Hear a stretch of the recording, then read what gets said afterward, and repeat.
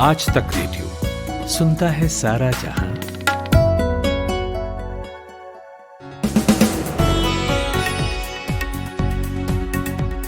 Hello, नमस्कार, good evening. आज है 22 मार्च। मेरा नाम नितिन ठाकुर और इस इवनिंग न्यूज पॉडकास्ट का नाम है दिन भर। आज बात करेंगे एंटीलिया केस की, जो घोर पॉलिटिकल होता जा रहा है। फिर बात भारत पाकिस्तान की, जिनके नर्म होते रिश्तों के पीछे एक ऐसे देश का नाम आ रहा है जिसका अनुमान आपने लगाया नहीं होगा। फिर लॉकडाउन ने बहुत कुछ बदला है, एंटरटेनमेंट इंडस्ट्री के आंकड़े भी बदल डाले हैं। इन इंटरेस्टिंग नंबर्स की बात भी करेंगे। नेशनल फिल्म अवार्ड्स की घोषणा हुई है, थोड़ा सा ज्ञान उस पर भी होगा और लास्ट में आपको पानी की अहमियत बताएंगे। आज वर्ल्ड वाटर डे भी है, लेकिन पहले प्रतीक वाघमारे से हेडलाइन सुनते हैं।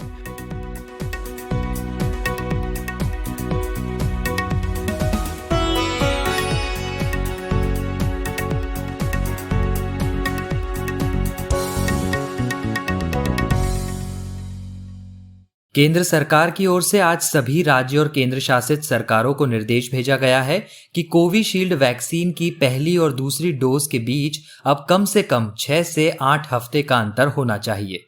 महाराष्ट्र में उद्धव सरकार पर संकट के बीच एनसीपी प्रमुख शरद पवार ने अनिल देशमुख का बचाव किया और कहा कि गृह मंत्री अनिल देशमुख को इस्तीफा देने की कोई जरूरत नहीं है।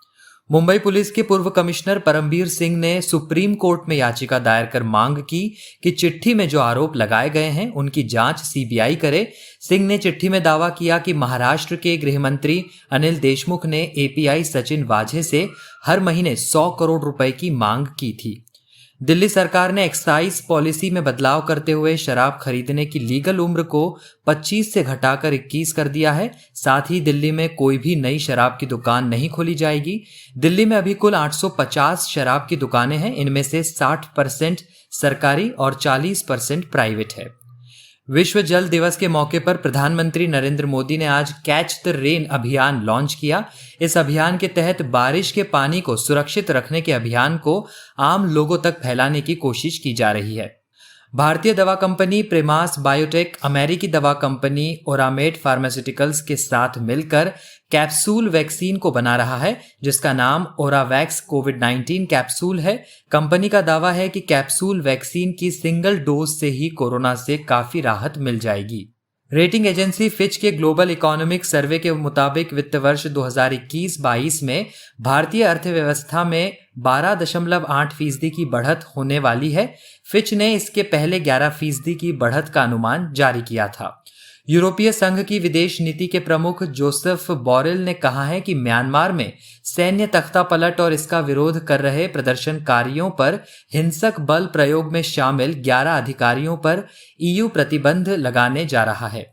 और भारत और इंग्लैंड के बीच 3 मैचों की वनडे सीरीज 23 मार्च से शुरू होगी। सीरीज के सभी मुकाबले पुणे में खेले जाएंगे। वहीं दूसरा मैच 26 और तीसरा 28 मार्च को खेला जाएगा। मुंबई में मुकेश अंबानी के एंटीलिया के बाहर मिली एसयूवी कार का मामला अब महाराष्ट्र सरकार को बुरी तरह परेशान कर रहा है। इस मसले पर संसद में भी खूब हंगामा हुआ। एक बार फिर आज एनसीपी प्रमुख शरद पवार ने प्रेस कॉन्फ्रेंस की। उन्होंने साफ किया कि पुलिस कमिश्नर रहे परमबीर सिंह ने गृह मंत्री अनिल देशमुख पर जो आरोप लगाए हैं उनमें दम नहीं है। वो बोले कि 5 फरवरी से 15 फरवरी तक देशमुख जो हैं वो कोरोना पॉजिटिव थे। इसके बाद आगे भी लंबे वक्त तक होम क्वारंटीन रहे। अब मुख्यमंत्री तय करेंगे कि जांच कैसे होनी है। पवार ने तो ये कह दिया कि होम क्वारंटीन थे देशमुख, लेकिन उसके तुरंत बाद जो है बीजेपी आईटी सेल के प्रमुख हैं अमित मालवीय, उन्होंने पवार के दावे को झूठा बताया।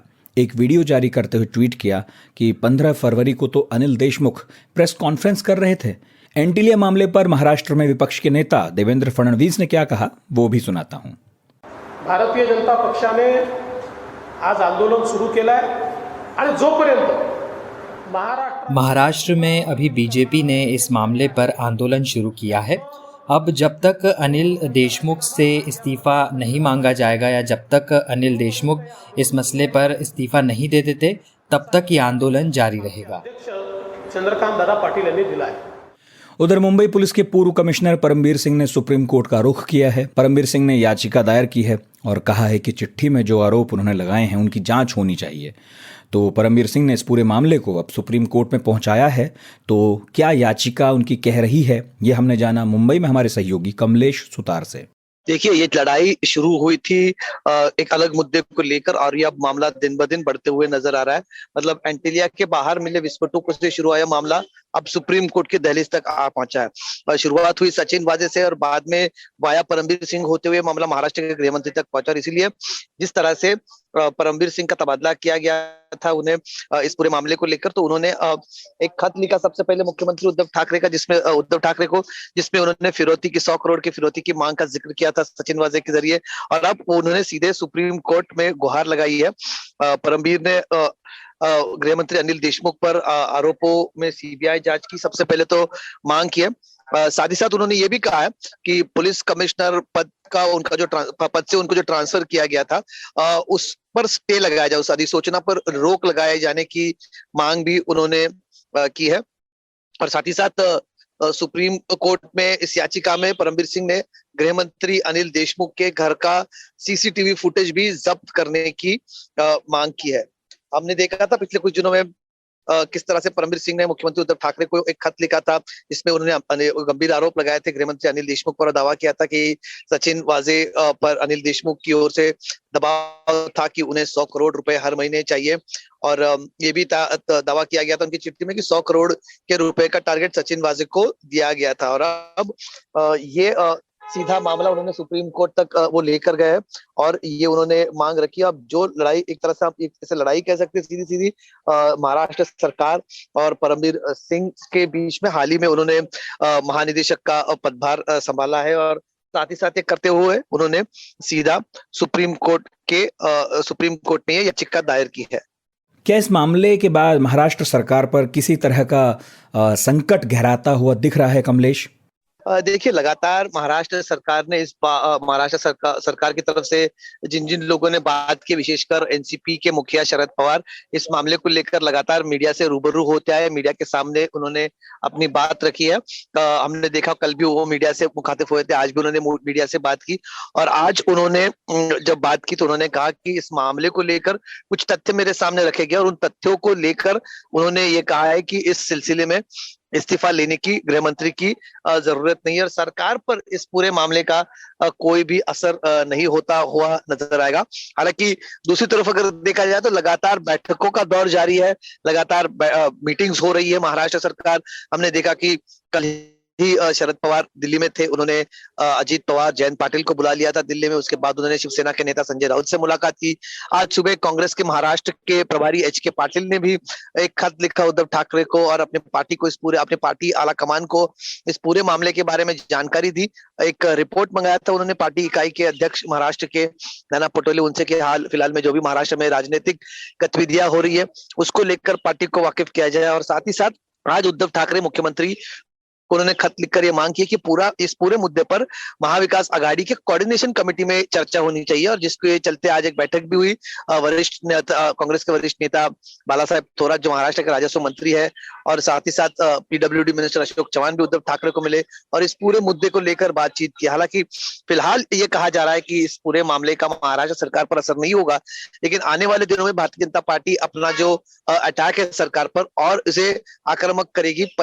आने वाली 24 तारीख को यानी आने वाले बुधवार को भारतीय जनता पार्टी का एक डेलीगेशन गवर्नर भगत सिंह कोश्यारी को मिलेगा और साथ ही साथ राज्य में जो स्थिति बनी हुई है उसको लेकर एक केंद्र को रिपोर्ट सौंपी जाए राज्यपाल की तरफ से और राज्यपाल ये रिपोर्ट मुख्यमंत्री से मांगे, ऐसी मांग भी करेगी। तो आने वाले दिनों में राजनीतिक गतिविधियां तेज होती हुई नजर आएगी। राजनीति पर कितना इसका परिणाम होता है, राज्य की सरकार पर कितना परिणाम होता है, ये आने वाले दिनों में हमको पता चलेगा। मेरे पास ना काम बहुत है और आंखें मेरी हमेशा ऑक्यूपाइड रहती हैं। ऑफिस में स्क्रीन देखो, ड्राइव करते हुए सड़क देखो, फिर घर आकर खाना बनाओ, पर कान मेरे फ्री रहते हैं। इन कान से भी मैं बहुत काम करती हूँ, मास्क टिकाती हूँ, चश्मा लगाती हूँ और सुनती हूँ आज तक रेडियो, क्योंकि पॉडकास्ट की बात ही अलग है। आप भी सुनकर देखो आज तक रेडियो, सुनता है सारा जहां। भारत और पाकिस्तान के बीच जमी बर्फ पिघलती दिख रही है। लगातार ऐसे संकेत मिल भी रहे हैं। पहले तो दोनों देशों ने 2003 के सीज फायर एग्रीमेंट को फिर लागू करने पर सहमति दी। फिर पाकिस्तानी सेनाध्यक्ष ने बयान दिया कि दोनों देशों को अतीत भुलाकर वर्तमान की सोचनी चाहिए। फिर पीएम मोदी ने कोविड पॉजिटिव हुए इमरान खान को ठीक होने की कामना की, ट्विटर पर लिखा था। और जब ये सब होने लगा तो इन संकेतों के बाद लोग चर्चा करने लगे कि मुमकिन है कि ये जो सारा माहौल बन रहा है वो किसी उच्च स्तरीय बातचीत के लिए बन रहा हो। नाम आया है अब यूएई का। सीज फायर एग्रीमेंट फिर से लागू होने की सहमति जब भारत पाकिस्तान के बीच बनी थी तो 24 घंटों के अंदर यूएई से एक सीनियर डिप्लोमेट एक दिन के दौरे पर दिल्ली आए थे। इसके अलावा 26 फरवरी को एक मीटिंग में यूएई के विदेश मंत्री ने भारतीय विदेश मंत्री एस जयशंकर से जो कहा वो भी एक ऑफिशियल डॉक्यूमेंट सामने आया है। तो जो सामने आया उसमें खास बात नहीं है इतनी कुछ, लेकिन विदेश मंत्रालय के सूत्र जो बता रहे हैं वो खास बात है। कह रहे हैं कि पर्दे के पीछे यूएई ही काम कर रहा था, जिसके नतीजे में दोनों देश सीज फायर एग्रीमेंट को फिर से लागू करने पर राजी हुए हैं। तो हमने बात की मोहम्मद जीशान से, जो इंटरनेशनल अफेयर्स के जानकार हैं, मिडिल ईस्ट के कई देशों को आर्थिक और राजनीतिक आधुनिकीकरण पर सलाह देते रहे हैं। जीशान, भारत और पाकिस्तान के बीच फिर से संबंध बहाली के लिए यूएई कोशिशें कर रहा है, ऐसा कहा जा रहा है। किन कारणों से ऐसा लग रहा है? देखिए, यूएई अब कई सालों से अपने इन्फ्लुएंस को बढ़ा रहा है और मिडल ईस्ट में तो यूएई का बहुत बड़ा रोल दिखाई दे रहा है। यमन में जो जंग चल रहा है उसमें भी यूएई का बहुत बड़ा रोल दिखाई दिया है और सऊदी अरेबिया की फॉरेन पॉलिसी के ऊपर भी यूएई का इन्फ्लुएंस दिखाई दिया है आजकल। तो मुझे लगता है कि इसी रास्ते पर यूएई अब मिडल ईस्ट के बाहर भी अपने इन्फ्लुएंस को बढ़ानी चाहती है और इसी रास्ते पर पिछले कुछ दिनों पहले यूएई के सरकारी ऑफिशियल्स ने भारत और पाकिस्तानी ऑफिशियल्स के साथ बातचीत किए थे और लगता है कि इसके बाद ही भारत और पाकिस्तान के बीच में सीज फायर एग्रीमेंट हुई थी। लेकिन अब इन बैक चैनल बातचीत के बारे में किसी को कुछ पता नहीं है अभी।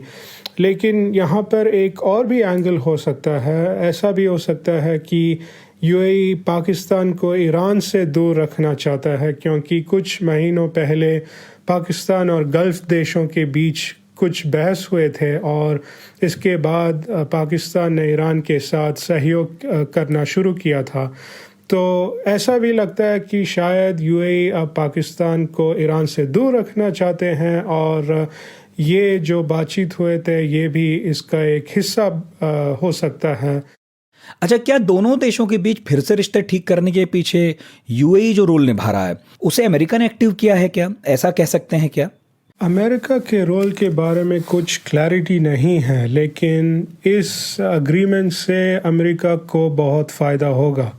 अब भारत चाइना के ऊपर और ज़्यादा फोकस दे सकता है, जो अमेरिका का सबसे बड़ा इंटरेस्ट है। अभी क्वाड का जो है अमेरिका, भारत, जापान और ऑस्ट्रेलिया के बीच का जो अलायंस है उनका बातचीत भी हुआ है और अब शायद चाइना को अब भारत और पाकिस्तान के बीच का झगड़े का एडवांटेज नहीं ले सकेगा, यही अमेरिका चाहेगा।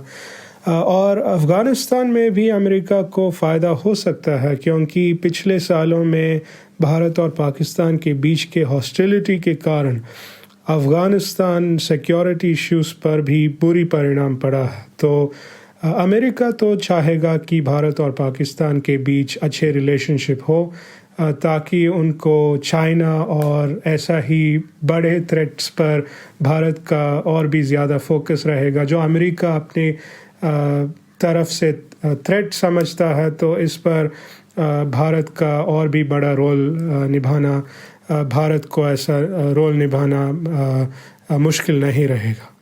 कोरोना में लगे लॉकडाउन ने हमारी ज़िंदगी में काफ़ी चेंजेस किए हैं।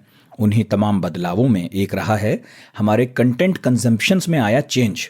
हम देखते देखते टीवी से ओटीटी पर शिफ्ट हो गए और इस बदलाव को बहुत आसानी से हम सभी महसूस कर भी सकते हैं। तो हमारे इस कंटेंट कंजम्पशंस के पैटर्न में जो चेंजेस आए, इसका एंटरटेनमेंट इंडस्ट्री पर क्या असर पड़ा, इसे लेकर एक डेटा हमारे पास आया है। केपीएमजी की एक रिपोर्ट है, इंडियाज़ डिजिटल फ्यूचर। उसमें बात निकल कर आई कि इसी फाइनेंशियल ईयर में ओटीटी इंडस्ट्री फिल्म इंडस्ट्री से बड़ी हो गई है।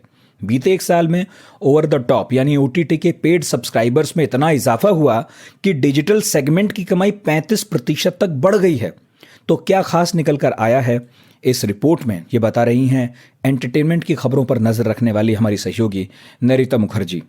KPMG रिपोर्ट जो 2020 की मीडिया और एंटरटेनमेंट इंडस्ट्री को जज कर रही है, उसके फाइनेंशियल ग्रोथ को, उसके बिजनेस ग्रोथ को जज कर रही हैं, और इनफैक्ट 2021 और 2022 की प्रोजेक्टेड ग्रोथ को भी दिखा रही है। उसके मुताबिक OTT प्लेटफॉर्म्स जो हमारी स्ट्रीमिंग वेबसाइट्स हैं, उसका ग्रोथ काफ़ी बढ़कर देखा गया है, और इसी दौरान टीवी सेक्टर में भी थोड़ा इम्प्रूवमेंट हुआ है, जबकि मूवीज़ जो थिएटर में रिलीज़ होने वाली मूवीज़ हैं बॉलीवुड की या बाकी फिल्म इंडस्ट्रीज़ की, उनमें थोड़ा डाउनफॉल नज़र आया है। अब इसके पीछे जो रीज़न है वो तो खैर किसी को भी समझने में उतनी मुश्किल नहीं होगी। थिएटर्स मार्च के महीने से 2020 के मार्च के महीने से बंद कर दी गई थी। जो नेशन वाइड लॉकडाउन चला उसकी वजह से लोग अपने घर में रहने के लिए मजबूर हो गए। अब इस दौरान जब लोग अपने घरों में बंद हैं तो उनके पास मोड ऑफ एंटरटेनमेंट दो ही प्रकार बच गए, एक टीवी कंटेंट और एक था OTT। टीवी पे भी जो स्पाइक है, आपको याद होगा इनिशियल लॉकडाउन के समय दूरदर्शन अपने कई सारे पुराने शोज़ को रीटेलीकास्ट कर रहा था। रामायण महाभारत उसमें से ज़्यादा पॉपुलर हुए थे। इनफैक्ट रामायण जब रिपीट टेलीकास्ट हो रहा था, महाभारत जब रिपीट टेलीकास्ट हो रहा था, तब दूरदर्शन की जो व्यूअरशिप है वो रिकॉर्ड तोड़ व्यूअरशिप रही उन हफ्तों में। सिमिलरली OTT प्लेटफॉर्म्स में भी एक ऐसी ही चीज़ देखने को मिली। लोग पुराने वेब सीरीज़, नए वेब सीरीज़ देख रहे थे, OTT पे जो फिल्में रिलीज़ हो रही थी उन्हें देख रहे थे। बेसिकली कहीं और किसी और तरह के एंटरटेनमेंट के ना होने की वजह से OTT व्यूअरशिप का जो ये सर्च है ये दिखाई पड़ रहा है। नरिता, ये जो बदलाव भरी रिपोर्ट हमारे सामने है उसका क्या असर होगा कॉमन कंज्यूमर्स, न्यू कमर्स और वैसे क्रिएटर्स पर जिनका पर्स साइज बहुत बड़ा नहीं होता? देखिए, OTT की जो ये पॉपुलैरिटी है उसकी वजह से मूवी बिजनेस पे इतना कुछ खास असर नहीं पड़ने वाला है कि वो बंद हो जाए या कंटिन्यूअस लॉस में रन करे। 1 साल का लॉस जो हमने अभी देखा वो इस वजह से थी क्योंकि लास्ट 1 साल में फिल्में रिलीज़ नहीं हो पाई, तो प्रॉफिट कहाँ से बनाएंगी। लेकिन अब जब 2021 में थिएटर्स वापस ओपन हो चुकी है, 100% कैपेसिटी में रन कर रही हैं, तो धीरे धीरे जो भी लॉस बिजनेस ने उठाया था वो प्रॉफिट में कन्वर्ट होगा, वो उस लॉस को ओवरकम कर पाएंगी। इसमें ऑडियंस का बल्कि एक फ़ायदा हुआ है कि अब OTT प्लेटफॉर्म्स हमारे लाइफ का हिस्सा बन चुकी हैं। मूवीज़ हमारे लाइफ का हिस्सा हमेशा से थी। थिएटर में जाके सिनेमा देखना is like a community activity. हम दोस्त लोग मिलके या फिर फैमिली के साथ फिल्में देखते हैं और ये चलेगा, ये बंद नहीं होने वाला, ये ख़त्म नहीं होने वाला। जिस तरह से कलर टीवी आने के बाद भी मूवीज़ और सिनेमा का जो ये क्रेज़ है वो कम नहीं हुआ। हालांकि तब भी लोगों ने सोचा था कि लोग अभी घर पे टीवी देखेंगे, कलर टीवी आ गई है, मूवी बिजनेस पे असर होगा, पर हुआ नहीं। उसी तरह से 2020 में भी हमें यही सीख मिल रही है कि OTT प्लेटफॉर्म जो है वो पॉपुलर है, वो एक लुक्रेटिव बिजनेस अपॉर्चुनिटी है, लेकिन इसका मतलब ये नहीं है कि मूवीज़ की जो अपील है वो ख़त्म हो गई है। अच्छा, OTT का एक स्केच हमारे सामने है। हालांकि ये भी सही है कि बीते साल भर में कोई बड़ी रिलीज हमने देखी नहीं, लेकिन आपको क्या लगता है कि बॉलीवुड का एंटरटेनमेंट इंडस्ट्री में जो ज़बरदस्त रोल है या दखल है वो अब भी जारी रहेगा, या फिर दोनों साथ साथ चलेंगे और OTT जो है अब बॉलीवुड को एक आसान वॉकओवर शायद फ्यूचर में ना दे? देखिए, OTT प्लेटफॉर्म्स की जो ये पॉपुलैरिटी है जो 2020 में हमने देखी, उसकी वजह से मूवी थिएटर बिजनेस या मूवी की जो डोमिनेंस है उस पे आई डोंट थिंक कुछ ख़ास असर पड़ने वाला है। देखिए, सबसे बड़ी बात तो ये कि जो बड़े प्रोडक्शन हाउसेस हैं बॉलीवुड के, वो भी देखिए अभी OTT पे कंटेंट बनाने के लिए उतर रहे हैं। ऑडियंस के लिए फ़ायदा हो गया कि अभी उसके पास चॉइस है कि वो थिएटर में जाके मूवी देखे या घर पे बैठ के बिंज वॉच करे कोई वेब सीरीज़। लेकिन जहाँ तक कि प्रॉफिट शेयरिंग की बात है, जो बड़ा सा हिस्सा बॉलीवुड या इंडियन सिनेमा के पास था वो आई थिंक 2021 या 2022 में रिवाइव हो जाएगा। जो लॉस हुआ था 2020 में वो इस वजह से हुआ था कि थिएटर्स बंद थी। पर अब जब थिएटर्स 100% ऑक्यूपेंसी में फिर से रन कर रही हैं, संदीप और पिंकी फरार रिलीज़ हुई, मुंबई सागा रिलीज़ हुई, आगे जाके सूर्यवंशी और 83 जैसी बड़ी फिल्में, ब्रह्मास्त्र जैसी बड़ी फिल्में रिलीज़ होंगी, बहुत सी नई मच अवेटेड फिल्में आने वाली है 21 और 22 में, तो थिएटर में लोग डेफिनेटली जाएंगे और डेफिनेटली मूवीज़ को देखेंगे। मल्टीप्लेक्स से लेके सिंगल स्क्रीन फिर से हाउसफुल रन करेंगी। और जो भी लॉस ये एक साल में हमने थिएटर बिजनेस में देखा, वो नेसेसरीली बॉलीवुड का लॉस शायद नहीं है, क्योंकि कुछ फिल्में OTT पे रिलीज़ कर दी गई तो उन्होंने वहाँ से भी पैसे कमा लिए, और कुछ फिल्में जिनके प्रोड्यूसर्स को और मेकर्स को वेट करना मुनासिब लगा, उन्होंने वेट किया और अब वो फिल्में थिएटर्स में ही वापस रिलीज़ कर रहे हैं। जैसे कि 90s में कलर टीवी आ जाने के बाद मूवी बिज़नेस में लोगों ने कहा था असर पड़ेगा, पर अब हम देख सकते हैं कि टीवी और मूवी कोएग्जिस्ट कर रही है। उसी तरह से OTT, टीवी और मूवीज़, ये तीनों चीज़ें आगे जाके कोएग्जिस्ट करेंगी और करना पड़ेगा। कुदरत ने दिए कान तो हमने लिया मान कि इन पर मास्क अटकाएंगे और चश्मा टिकाएंगे, यही है इनका काम। लेकिन मास्क और चश्मों से पहले कानों के पास था बहुत काम। ये सुनते थे बातें और इकट्ठा करते थे ज्ञान, तो कानों को उसके काम से दूर मत कीजिए। आज तक रेडियो के पॉडकास्ट का भरपूर मजा लीजिए, यहाँ मिलती है जानकारी और मनोरंजन भारी। लॉग इन कीजिए aajtak.in/radio, सुनता है सारा जहां। 67th नेशनल फिल्म अवार्ड्स का ऐलान हो गया है। साल 2019 में बनी फिल्मों और कलाकारों को पुरस्कार मिले हैं। पिछले साल दुनिया को अलविदा कह गए सुशांत सिंह राजपूत की फिल्म छिछोरे को बेस्ट हिंदी फिल्म का अवार्ड मिला। विवादों में लगातार रही कंगना रनौत को मणिकर्णिका और पंगा के लिए बेस्ट एक्ट्रेस का अवार्ड मिला। मनोज वाजपेयी ने बेस्ट एक्टर के अवार्ड पर कब्जा किया। तो हमारे साथ मुबारक अली हैं, वो बता रहे हैं क्या खास रहा इन अवार्ड्स में। नेशनल अवार्ड्स इस बार काफी रोचक हैं। सबसे बड़ी बात इसकी ये रही कि बेस्ट हिंदी फिल्म का अवार्ड सुशांत सिंह राजपूत की फिल्म छिछोरे को दिया गया है। ये तो सब जानते ही हैं कि सुशांत जून 2020 में दुनिया छोड़ गए थे।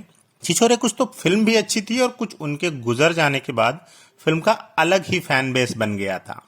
तो बेस्ट हिंदी फिल्म का अवार्ड छिछोरे को गया।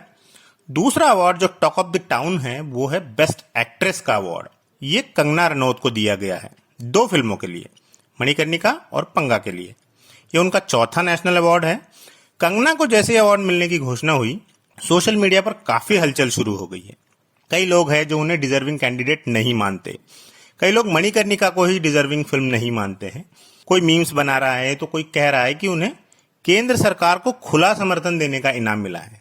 खैर, बेस्ट फीचर फिल्म का अवार्ड जो है वो मलयालम फिल्म मरक्कर को मिला है। बेस्ट एक्टर का अवार्ड मनोज वाजपेयी और धनुष के हिस्से गया है। मनोज को हिंदी फिल्म भोसले के लिए और धनुष को तमिल फिल्म असुरन के लिए अवार्ड मिला है। बेस्ट सपोर्टिंग रोल मेल का अवार्ड मिला है विजय सेतुपति को, तमिल फिल्म सुपर डिलक्स के लिए। बेस्ट सपोर्टिंग रोल फीमेल का अवार्ड जो है वो द ताशकंद फाइल्स के लिए पल्लवी जोशी को मिला है। बेस्ट सिंगर मेल में अक्षय कुमार की फिल्म केसरी का गाना गाने वाले बी प्राक को यह अवार्ड दिया गया है और बेस्ट चिल्ड्रन फिल्म का अवार्ड कस्तूरी फिल्म को मिला है।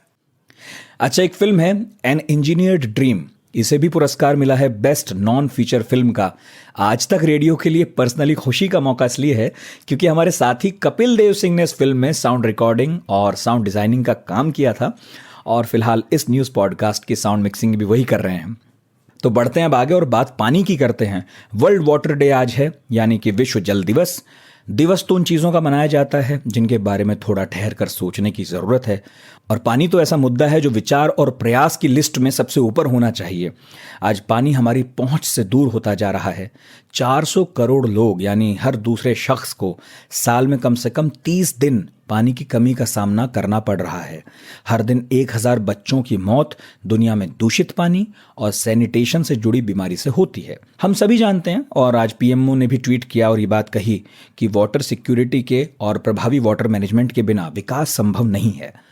भारत में पानी की चुनौतियों से निपटने के लिए आज पीएम ने कैच द रेन मुहिम की शुरुआत की है, जिसके तहत जो वर्षा का जल है उसका संरक्षण किया जाएगा। फिलहाल भारत में पानी की प्रॉब्लम्स के जो कारण हैं और उन्हें दूर करने के जो प्रयास हैं उस पर हमारे साथी अमन गुप्ता, उन्होंने एक रिपोर्ट बनाई है, वो सुनते हैं। सूखा बांझ महीना मौला पानी दे, सावन पीटे सीना मौला पानी दे, मछली हाँप रही सांसें लेने को, कीचड़ में क्या जीना मौला पानी दे। मुजफ्फर हनफी की एक गज़ल की ये कुछ लाइनें हैं जिनमें वो ऊपर वाले से पानी मांग रहे हैं। लेकिन सच तो ये है कि ऊपर वाले ने तो ज़रूरत के हिसाब से पानी दिया ही है, उसे सहेज कर नहीं रख पा रहे हैं तो हम। 2018 में दक्षिण अफ्रीका के केप टाउन शहर को इतिहास के सबसे बुरे जल संकट का सामना करना पड़ा। हालात ऐसे थे कि लोगों को पीने के पानी के कूपन दिए जाने लगे, रोज नहाने पर पाबंदी लग गई और फिर निकली एक टर्म डे ज़ीरो, यानी वो दिन जब दुनिया के तमाम शहरों में सभी नलों का पानी सूख जाएगा। भारत के चेन्नई में 2019 में पानी को लेकर सबसे बुरे हालात बन गए थे। लोगों को नहाने तक का पानी नहीं मिल पा रहा था। आज हालात ये हैं कि भारत में 13 राज्यों के 300 जिले पीने के पानी के लिए जूझ रहे हैं। देश में लाखों ऐसे लोग हैं जिन्हें हर दिन के हिसाब से हर व्यक्ति की दर पर 20 लीटर पानी भी उपलब्ध नहीं है। डिपार्टमेंट ऑफ वाटर रिसोर्सेज के डायरेक्टर गिरिराज गोयल भारत में जल संकट के कारणों को समझाते हुए बताते हैं कि ऐसा नहीं है कि भारत में ये स्थिति मॉनसून में देरी या बारिश की कमी से होती हो। भारत के अंदर पर्याप्त मात्रा में वर्षा का जल उपलब्ध है। जो समस्या भारत के अंदर जल को लेकर है वो मुख्यतः 3 कारणों से है। एक तो बरसात बारिश के जल का टेम्परल वेरिएशन, सीजनल वेरिएशन। हमारे यहाँ अधिकतम बरसात साल के कुछ महीने में हो जाती है, 30 या 40 दिन में मैक्सिमम वर्षा हो जाती है और उसके अलावा साल के बाकी समय में पर्याप्त जल कई जगह उपलब्ध नहीं है। सिमिलरली कुछ एरिया हमारे यहाँ कुछ अति वर्षा से प्रभावित क्षेत्र है और कुछ सूखे से प्रभावित क्षेत्र है। तो इन सब के लिए वर्षा से जल की समस्या से निपटने के लिए हमें अपने वाटर मैनेजमेंट को बेहतर बनाना होगा। हमें जल संचयन और जल प्रबंधन अगर हमारे यहाँ प्रॉपर हो तो भारत के अंदर जल की किसी तरह की समस्या नहीं रहेगी। 2018 में NITI Aayog composite water management index की एक रिपोर्ट लेकर आया। इसमें कहा गया कि भारत में जल संकट आगे और गंभीर होने जा रहा है। 2030 तक देश की 40% आबादी को पीने का पानी तक उपलब्ध नहीं होगा। इसका ठीक 1 साल बाद सरकार जल समस्याओं पर ध्यान देने के लिए जल संसाधन और पेयजल एवं स्वच्छता मंत्रालय को मिलाकर एक मंत्रालय जल शक्ति मंत्रालय का गठन करती है। सरकार ने इसी साल 2024 तक देश के सभी ग्रामीण घरों तक पाइप से पीने का साफ पानी पहुंचाने की महत्वाकांक्षी योजना का ऐलान किया और इसी साल के आखिर में जल जीवन मिशन की शुरुआत की गई। इस योजना के तहत अब तक कितना काम हुआ है, इस बारे में हमें गिरिराज गोयल ने बताया। जल जीवन मिशन जो है वो पिछले 2 साल से लागू किया है। हमारे 20 करोड़ के करीब हाउस होल्ड हैं, जिनमें से मात्र अभी तक 3 करोड़ को टैप कनेक्शन था। अब वो टैप कनेक्शन भारत सरकार ने बड़ी एक लार्ज स्केल 5 साल के 2024 तक पूरे 20 करोड़ परिवारों को हर घर नल से जल जोड़ने का जो अभियान शुरू किया है और जिसके अंदर अभी ऑलरेडी हम करीब 3-3.5 करोड़ और घरों को जोड़ पाए हैं। और एक बार ये अगर हर घर नल से जुड़ जाएगा तो ये स्थिति निश्चित रूप से बहुत सुधरेगी। जल की उपलब्धता होना अलग बात है और जल लोगों तक पहुंचना, एक टैप में आदमी के घर में पीने का पानी उपलब्ध हो, ये बहुत आज की महती आवश्यकता है और उसके लिए सरकार पूरी तरह सजग है। भारत में डिपार्टमेंट ऑफ वाटर रिसोर्सेज और जल शक्ति मंत्रालय की ओर से देश भर में लोगों को प्रोत्साहित करने के लिए जागरूकता कार्यक्रम चलाए जा रहे हैं। हर महीने water heroes share your story contest जैसी प्रतियोगिताएं चलाई जा रही हैं। इसमें हर महीने 10 ऐसे लोगों को सम्मानित किया जाता है जो पानी बचाने में अपना अहम योगदान दे रहे हैं। हमें ऐसे लोगों से सीखने की ज़रूरत है और सोशल मीडिया पर सेव वाटर की मुहिम चलाने से ज़्यादा ज़मीनी स्तर पर पानी को बचाने के प्रयास करने की आवश्यकता है। तभी हम जल बचा पाएंगे और जीवन भी। अमन गुप्ता, आज तक रेडियो। तो आज के दिन भर को समेटने का वक्त हो गया है। आपको कैसा लगा हमारा न्यूज पॉडकास्ट बताइएगा radio@aajtak.com पर। इस शो को प्रोड्यूस किया है प्रतीक वाघमारे ने और कपिल देव सिंह ने साउंड मिक्सिंग का काम संभाला है। मेरा नाम नितिन ठाकुर है। देश दुनिया की तमाम खबरों के साथ फिर मुलाकात होगी कल सुबह। आज का दिन मॉर्निंग न्यूज पॉडकास्ट है हमारा, सुनिएगा जरूर। तब तक दीजिए इजाजत और सुनते रहिए आज तक रेडियो।